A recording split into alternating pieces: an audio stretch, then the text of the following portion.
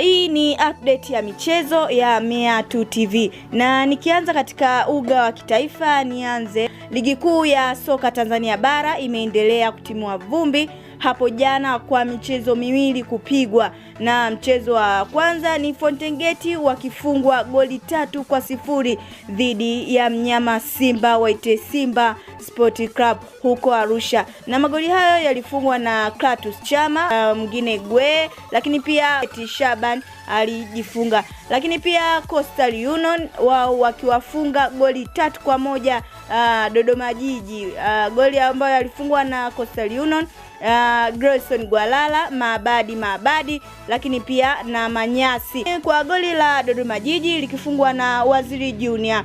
Wakati huo ligi hiyo itaendelea leo siku ya Alhamisi, ambapo mabingwa watetezi Yanga wakiminyana na Mbeya City waite Purple Nation, huku Mashujaa wakiwaalika Singida Black Stars huko Lake Tanganyika Kigoma. Katika uga wa kimataifa hapo jana michuano ya UEFA Champions League iliendelea na pia ilitamatika mchezo ya mwisho ya robo finali, ambapo mabingwa mara 15 wa michuano hiyo waite hao ni Real Madrid wameondolewa kwenye michuano hiyo baada ya kupokea kipigo cha magoli 4-3 kutoka kwa Bayern Munich.